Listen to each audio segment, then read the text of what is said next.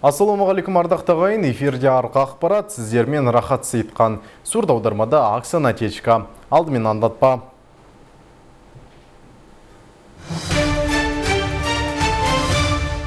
Жаңа баспана, жаңа өмір. Облыста үйлерін су шайған тұрғындар қоныс тойын тойлап жатыр. Темірді қамырша илеген Кеншілер қаласында металлургтар күні мерекеленді. Жаз қызығы жалғасады. Әулиекөл ауданында жаңа лагер есігін айқара ашты.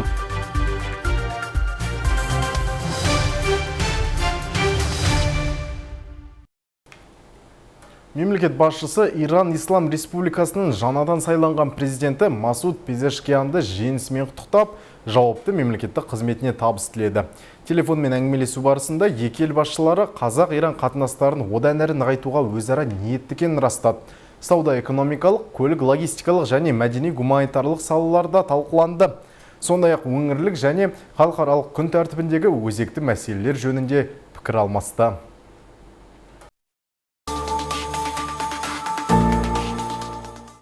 Жангелдин ауданы Көлғамыс ауылында тасқыннан зардап шеккен отбасыларға жаңадан үй салып беру жұмысы қарқынды жүріп жатыр. Арнайы жұмыс сапарымен барған вице-премьер мен өңір әкімі осыған анық көз жеткізді. Құрылыс жұмыстарымен танысып, ауыл тұрғындарымен тілдескен соң, үкімет басшысының орынбасары болашақта бұл ауылға мектеп салынатыны туралы да айтты.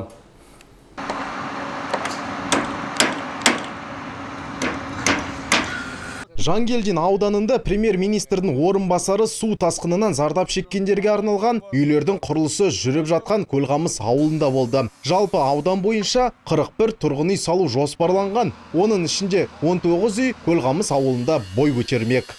Мы, самые серьезные компании закрепили именно за дальним населенным пунктом 700 километров. Құрылыс жұмыстарын жүргізу облысымыздың ең үздіктеген мердігерлеріне жүктелді. Барлық керек жарақтармен қамтып, облыс әкімдігі тарапынан тиісті қолдаулар жүргізіліп жатыр. Енді белгіленген уақыт аралығында үйлерді салып бітіру мердігерлердің еншісінде. Қостанай облысының шалғайында орналасқан Көлғамыс ауылы тасқыннан ең қатты зардап шеккен елді мекендердің бірі. Қора қопсыны есептемегенде бірнеше үй жарамсыз күйге түскен. Ауылда жаңа 19 баспана салуға барлығы 550 миллион теңгеден астам қаржы қарастырылған. У нас Казахстанда, к сожалению, привычка есть слабое крепление крыши. Жұмыстың сапалы атқаруына баса назар аударыңыздар. Көп жерде үйді шатырмен қаптау кезінде салғырттық байқалады. Қатты жел болған кезде шатырларды қиратып жібереді. Міне енді жұмыстарыңызды көріп жатырмын. Жаман емес. Президент ең алдымен сапаға қатты назар аударады. Сол жағын ескеріңіздер. Премьер-министрдің орынбасары мен өңір әкімінің сапары ауыл тұрғындарының еңсесін көтеріп, үкіметтің халыққа беріп жатқан мүмкіндіктерін тағы бір мәрте айқындады. Біздің қазақтың ел аман болсын, қазақтың осы жігіттері аман жүрсін сол. Соларға ғұмыр берсін, мінекей. Мен тілейтінім сол. Бұрынғы біз, мен енді ертеліктен көріп байтын, бұрынғы облыс басшыларымен сөйлесу, онымен тілдесу, халықтың мұқтажын жеткізу қиындық болатын. Ол кезде бюрократия бартын. Қазіргі адам керемет. Тоқтай қалатты жағдайын сұрап біліп басшылар. Міне сіз қандай уақыт бөліп тұрсыз? Қаншама жерде жұмыс істейсіз, қаншама жауапкершілігіңіз бар. Сөйтіп тұрып мынандай қара халықтың ортасына келіп мынандай әңгімелесіп тұрсыз. Мына жерде от жағатын пештің орны болады. Мынау кухня. Жансая Сүйінғарина осындағы негізгі мектепке 2010 жылы жас маман болып келген. Жергілікті шаруашылық оны тегін баспанамен қамтамасыз еткен еді. Бірақ үйін тасқын кезінде су басып жарамсыз деп танылды. Орнына мемлекет есебінен жаңасы салынып жатыр. Міне биылғы 2024 жылы наурыз айында осылай төтенше жағдай орын алып, ауылымызды су басты. Қазіргі таңда сол бір қиыншылықтың артында жақсылық бар дейді ғой. Солай демекші, қазіргі таңда көріп тұрғандарыңыздай құрылыс нысандары бой көтеріп, құрылысшылар қарқынды жұмыс жасауда. Осындай қиын сәтте халыққа, елге қолдау көрсетіп отырған ел басшысы мен Қазақстан халқына, қорына алғысымыз шексіз. Енді ауылымыз дамып жатыр, құрылыс жұмыстары жүріп жатыр. Енді болашақта осындай өзіміз сияқты жас мамандар келіп, мектеп салынады деп жатырмыз. Осы мектепке жас мамандар келсе деген ойымыз бар. Құрылыс жұмыстары шілде айының сонында бітеді деп жоспарлануда. Үкімет басшысы уәде еткендей, Көлғамыс ауылына мектеп салу үшін тиісті қаржы бөлініп те қойды. Рахат Сейтхан, Руслан Жабаев, Қостанай телеарнасы. Жаңа баспана шалғайдағы Тәуіш ауылының тұрғындарына берілді. 22 отбасы жаңа қоныс, жаңа өмірдің бастауы болмақ деген үмітте. Мемлекет тарапынан көрсетіліп жатқан зор қолдауға жергілікті жұрттың алғыстан басқа айтары жоқ. Қуанышының куәсі болған тілшімізге сөз кезегін берейік. Табиғи апаттан аймақта барлығы 2000-нан көп баспана бөлінген. Тұрғындардың басым бөлігіне жаңа пәтерлер мен үй сатып алынды. Ал 103 отбасы өздері тұрып жатқан жерден баспана салып беруін қалаған. Осы ретте Тәуіш ауылында жаңа тұрғын үйдің құрылыс жұмыстары аяқталып, жоспар сәтті жүзеге асты.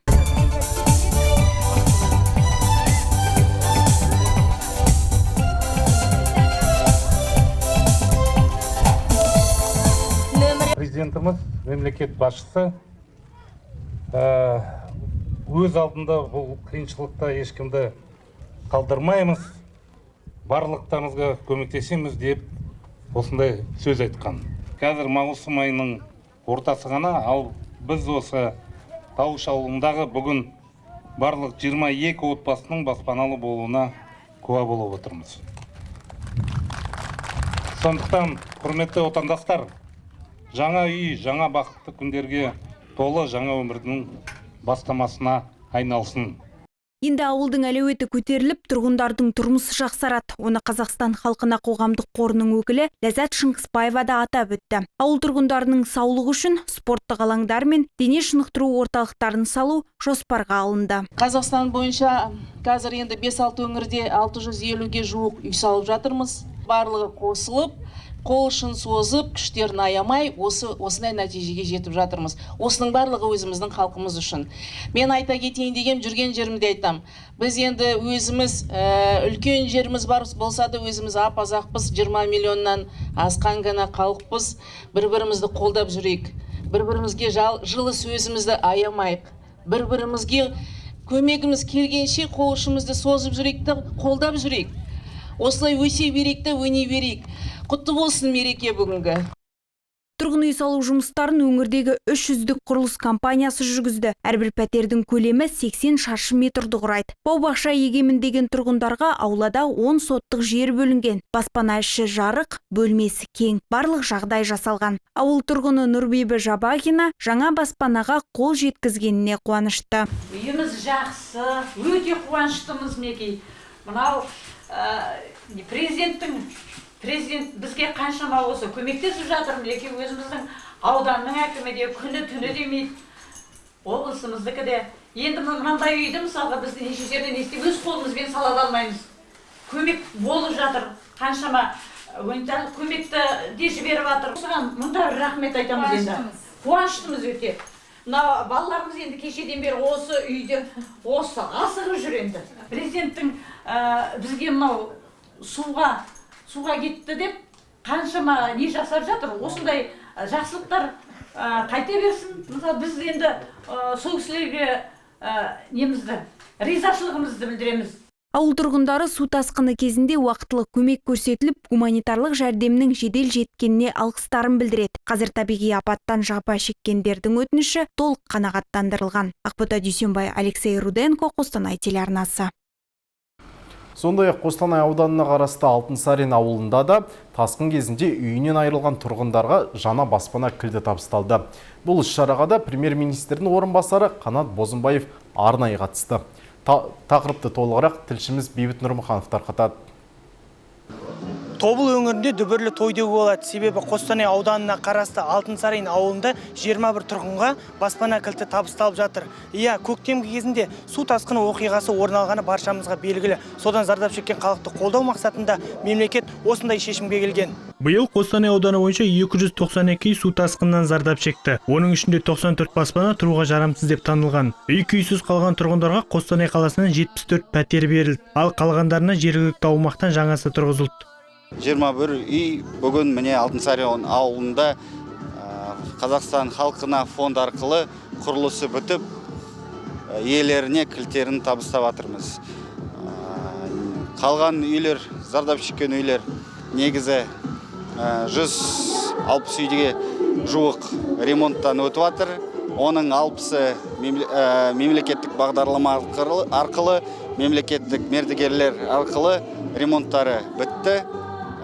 Және де тұрғындардың көбісі өздеріміз ремонттарды жасаймыз деген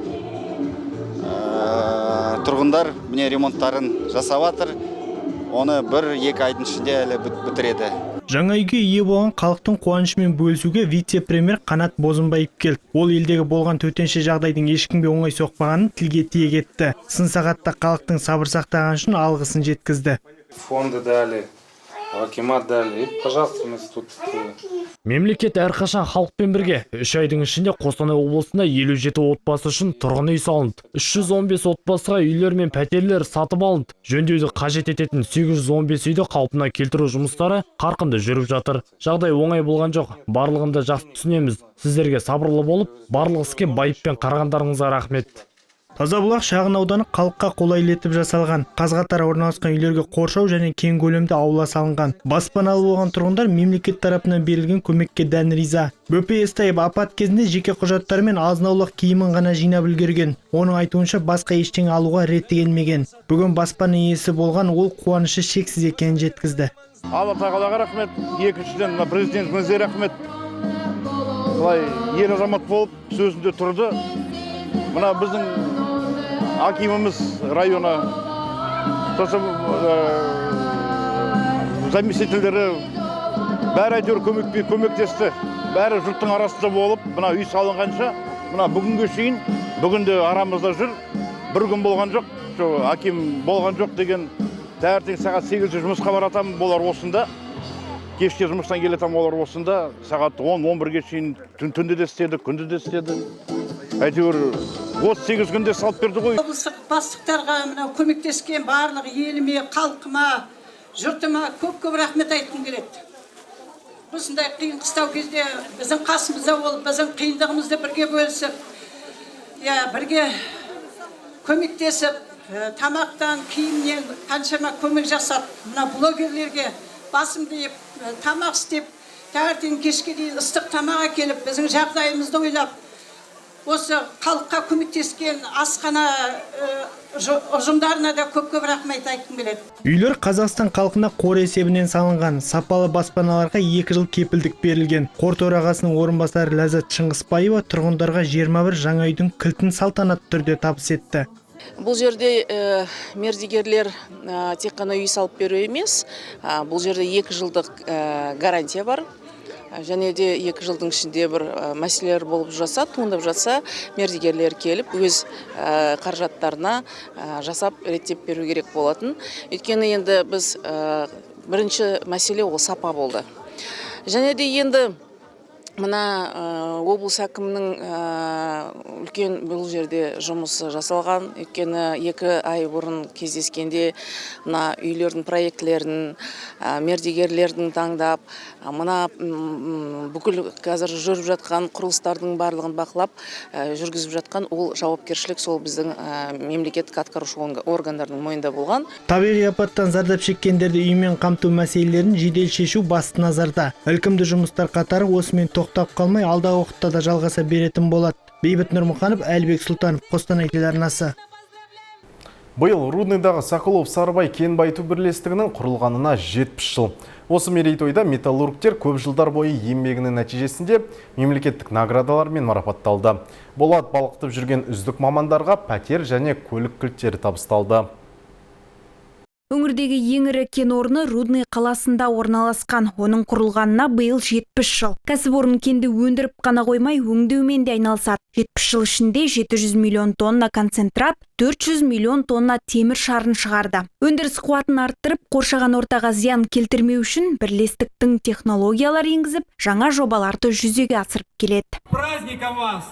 Днем металлурга! Соколов-Сарыбай тау-кен байыту өндірістік бірлестігі 1954 жылы құрылды. Біз темір кенін өндіріп, бәрі өңдейміз. 2024 жылы 200 миллиард теңгеден астам өнімді шығардық. Бұл үлкен ұжымның бірлестігінің арқасында. Біздің кәсіпорын Қазақстанның ірі тау-кен байыту кәсіпорындарының бірі. Әрқашан алда болайық, мерекемен шын жүректен құттықтаймын. Металлургтер күніне арналған салтанатты іс-шараға облыс әкімі Құмар Ақсақалов қатысып, сала мамандарының өңір экономикасының дамуына қосқан үлестерін ерекше атап өтті. Сіздердің жұмыстарыңыз үлкен кәсіби шеберлік пен төзімді қажет етеді. Бүгінде облыстың өндірістік кәсіпорында 14 мыңнан астам адам жұмыс істейді. Бұл әрине ел экономикасы үшін стратегиялық маңызды міндет. Металлургия бұл барлық салаларды дамытудың негізі және базасы болып табылады. Мемлекет басшысы атап өткендей, бұл сектор ұлттық экономиканың өсуін сенімді көзі. Бұл бағыттың дамуына біздің облыста елеулі үлес қосуда. Бүгінде бірлестік ұжымында 14 мыңнан астам адам жұмыс істейді. Биыл мерейтойлық датаға орай кәсіпорынның 300-ден астам қызметкері мемлекеттік және салалық наградамен марапатталды. Соның қатарында роторлы экскаватор машинисі Камаладдин Ермекбаев бар. Ол осы өндіріс орнында 22 жылдан бері қызмет етіп келеді. Құрметті тұрғындары, сіздерді бүгінгі металлургтер күнімен шын жүректен құттықтаймын. Отбасыларыңызға амандық, дендеріңізге саулық. Әрқашан осы мерекеден мерекеге аман есен жетіп, біздің мемлекетімізге рахмет, осы біздің еңбегімізді бағалап, осы ССКП-ның басшыларына рахмет айтамыз, осы еңбегімізді бағалап жатыр. Басқа да осы бізден кейінгі жігіттерге, қыздарға бар осы сәттілік тілеймін. Металлургтерде РЖ директорлар кеңесінің төрағасы Шухрат Ибрагимов арнайы келіп, құттықтап, үздік мамандарға су жаңа 10 автокөлік пен пәтер кілттерін табыстады. Машинист тепловоза железнодорожного цеха ССГПО! Соколов Сарыбай тау-кен байыту өндірістік бірлестігі қаланың ғана емес өңір әлеуетін арттырып келеді. Кәсіпорын мұз сарайы, жүзу бассейні, спорт алаңдары сияқты әлеуметтік нысандар салды. Рудный қаласының жолдарына жөндеу жұмыстары жүргізіліп, тау-кен өнеркәсібі колледждерінің материалдық техникалық базасын жақсартты. Сондай-ақ 1200 орындық мектеп тұрғызды. Бұл халық игілігі үшін жасаған кәсіпорынның ізгі жұмыстары. Кеншілер құрметіне арналған мерекелік жиын әрі қарай отандық эстрада жұлдыздарының ән кешіне ұласты. Жаныма, уайымдама, түсінетін, ал мені тек,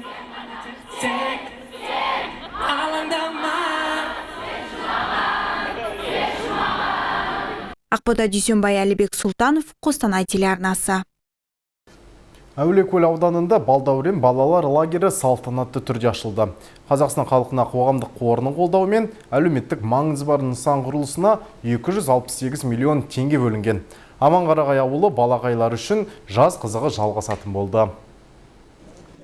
Лагерь ауданға қарасты Аманқарағай ауылының орман алқабында орналасқан. 2022 жылдың жаз айындағы болған өрт кезінде толығымен жойылған еді. Былтыр маусым айында Қазақстан халқына қоры Қостанай облысы әкімдігінің жаңа балалар лагерін салу туралы бастамасын қолдады.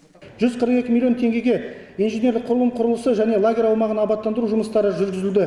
Балалардың сауықтыру демалысы 5 шілде мен 17 тамыз аралығында 10 күндік 3 ауысымда ұйымдастырылды. Жазғы демалыста барлығы 300 баладан астам қамту жоспарлануда. Балдәурен балалар лагері бір ауысымда 100 баланы қабылдауға қауқарлы. Жаздың соңына дейін мұнда 300 оқушыны демалдыру көзделген. Жергілікті атқарушы органдар жобаның серіктестері ретінде керекті құрал жабдықтар алып берген. Қарастырылған 135 миллион теңгеге жиһазбен қамту және аумақты абаттандыру шаралары да кіреді. Елімізде балалар үшін көп жағдай жасалып жатқанын білесіңдер. Ең біріншіден мектеп салынып жатыр. Біздің облысымызда биыл 9 мектеп салынып жатқанында көріп отырсыңдар, естіген шығарсыңдар. Балабақшалар, спорт объекттер, бұл барлығы да балалар үшін, сендер үшін, еліміздің болашағы үшін жасалатын істер. Енді бүгін тағы да бір жақсы сәт, ол демалыс орын, демалыс лагері. Осы сұраққа да басты назар аударып жүрміз. Соңғы 3 жылда осы демалыспен қамтылған балалардың саны 3 жылда 40% өскені байқалады. Сондықтан әрине бұл жұмыс әлі жалғасатын болады. Биыл Қазақстан халқына қоры жазғы жолдама қайырымдылық бағдарламасы шеңберінде 20 мың баланың лагерде демалуын қамтамасыз етеді. Олардың санатына 10-14 жас аралығындағы оқуда және қоғамдық өмірде үздік деп танылған балалар жатады. Ирина Новицкая, Алексей Руденко, Қостанай телеарнасы.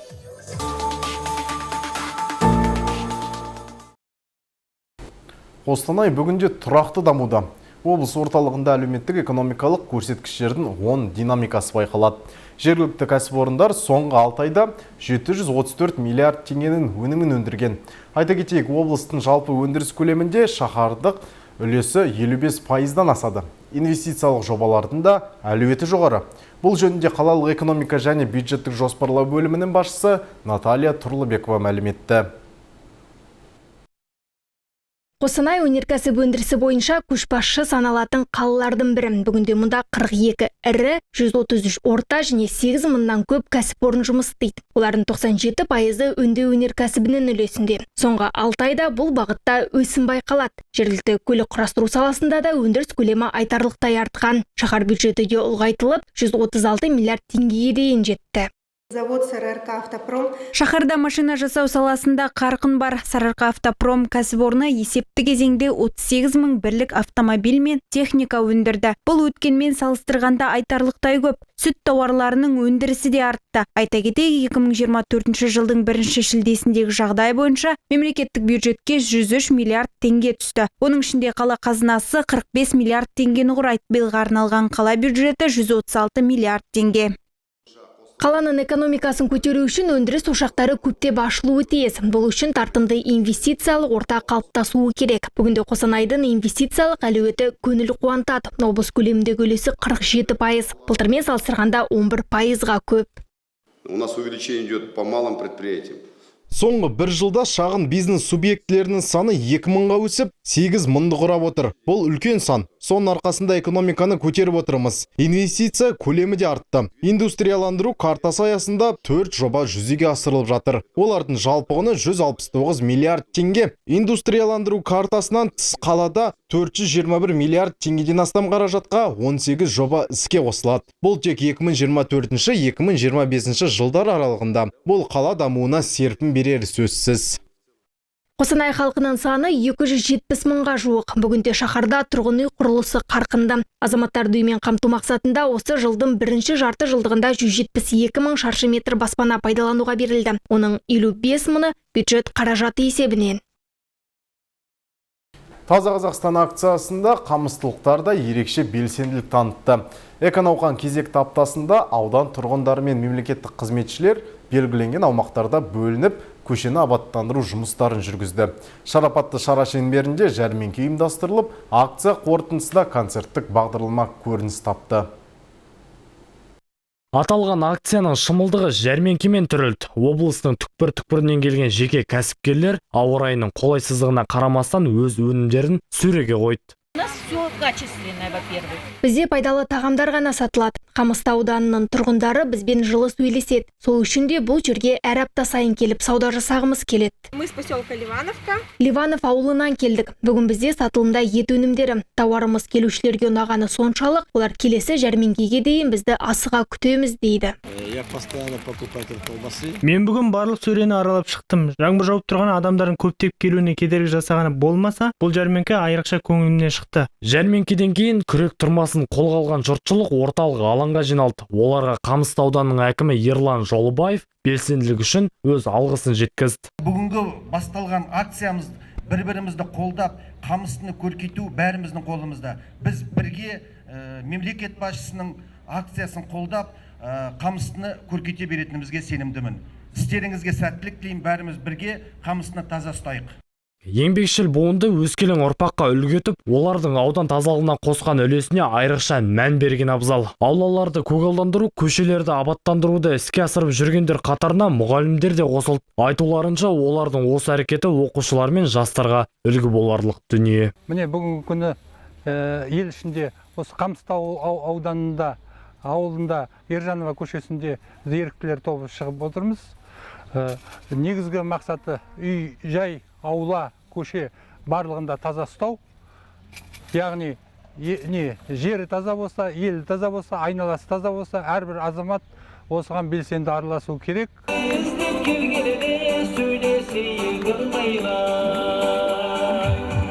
Аталған сенбілікке аудан тұрғындары түгелдей дерлік қатысты. Олар 100 тоннаға жуық қоқыс жинап, арнайы полигонға шығарды. Барлығы 30 учаскеге 40-тан астам арнайы техника жұмылдырылған болатын.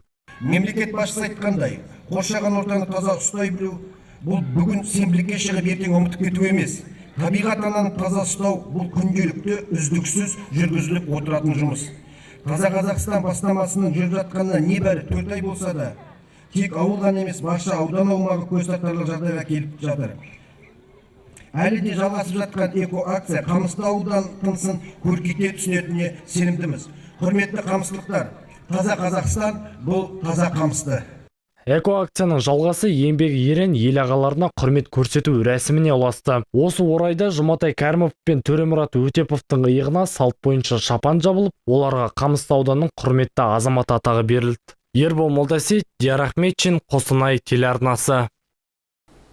Жангелдин ауданында да Таза Қазақстан республикалық акциясы қарқынды жүргізілуде. Науқан аясында өткізілген іс-шараларға мемлекеттік мекемелер мен ұйымдар және ерікті жастар жұмылдырылды. Сымбат Кенжеғарина Жангелдин ауданының тілдерді оқыту орталығының қызметкері. Бүгінде ол акцияға белсене қатысуда. Әр апта сенбілік жұмыстарға білек сыбана атсалысып, ауданның көркеюіне үлесін қосып жүрген жандардың бірі. Бұл жобаның негізгі мақсаты осы экологияны тазалық кейпінде сақтау болып табылады. Жалпы алғанда осы мәдениет саласының ішінде мекемелер бірлесе жұмыс атқарудамыз осы жоба бойынша. Жалпы айтатын болсақ, әрбір аптаның осы бейсенбі күні осы Таза Қазақстан экологиялық жобасы аясында жүзеге асырылады бізде. Жалпылама алғанда біз абаттандыру жұмыстарын жүргіземіз. Осы әкімшілік алдында өзіміздің белгілі бір аймағымыз бар. Сонымен қатар көгалдандыру жұмыстарын парктерде жүзеге асырамыз. Және өзіміздің мекемеміздің алдында шырша түптері орнатылған, сонымен қатар осы түрлі гүлзарлар орнатылған, сол жерде абаттандыру жұмыстарын жасап отырамыз осы апта сайын. Және өзіміздің бейсенбі сайын белгілі бір көшелеріміз бар. Сол көшелерде тазалық жұмыстарын жүргіземіз. Жалпы әрбір қазақстандық осы бір тазалау акциясына қатысса, еліміз өркендей береді деген сенімдеміз. Бүгінгі таңда Жангелдин ауданы бойынша 35-40 тонна қоқыс шығарылып, 1000-нан астам көшет түптері отырғызылды. Оған 4000-нан астам адам қатысып, 44 тарихи мәдени ескерткіштерге тазарту жұмыстары жүргізілді. Және аудан бойынша акция аясында өткен тексеріс кезінде учаскелік полиция қызметкерлерімен 16 ескерту хаттамасы толтырылды. Жалпы мемлекет басшысының Таза Қазақстан республикалық экологиялық акциясы әрбір қазақстандық үшін тазалыққа, ұқыптылыққа берер мәні зор. Себебі әрбір қазақстандық өзінің туған жерін күтіп ұстап, табиғатын аялап қорғауға міндетті. Соған атсалысу керек деп есептеймін. Әрбір ауылдың гүлденгені, мемлекеттің гүлденгені ғой. Осы аяда акциясында біздің мәдениет бөлімі де біраз шама жұмыстар атқарды. 24 түп қарағаш, 25 түп шырша отырғызды. Сонымен қатар осы брусчатка төсеп жұмыс жасап жатыр. Аудандағы Таза Қазақстан акциясы негізгі 5 кезеңнен тұрады. Олар таза өлке, киелі мекен, жасыл аймақ, өнегелі ұрпақ, мөлдір деген атауларға ие. Апта сайын мекеме қызметкерлері аула тазалығын сақтап, көшеттерді суару жұмыстарымен айналысады. Мемлекет басшымыздың тапсырмасы бойынша Таза Қазақстан акциясы жарияланды, экологиялық.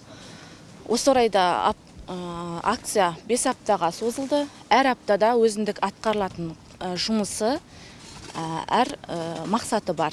Жангелдин ауданы тұрғындары, сонымен қатар жастары айтарлықтай қызметтер атқаруда, осы акция бойынша белсенділік танытуда. Экологиялық акцияға аудан және ауылдық округ тұрғындары, мемлекеттік мекеме қызметкерлері, еріктілер, білім және спорт бөлімінің жастары қатысты. Сондай-ақ аудан орталығында Жасыл ел бағдарламасы да басталып, жергілікті жас буын торғайды түлетуге күш қосып келеді. Рахат Сейтхан, Руслан Жабаев, Қостанай телеарнасы. Әзірге келіп жеткен ақпараттар легі осындай. Арнамыздан алыстап, жаңалықтардан қалысқап жүрмеңіздер. Келесі кездескенше.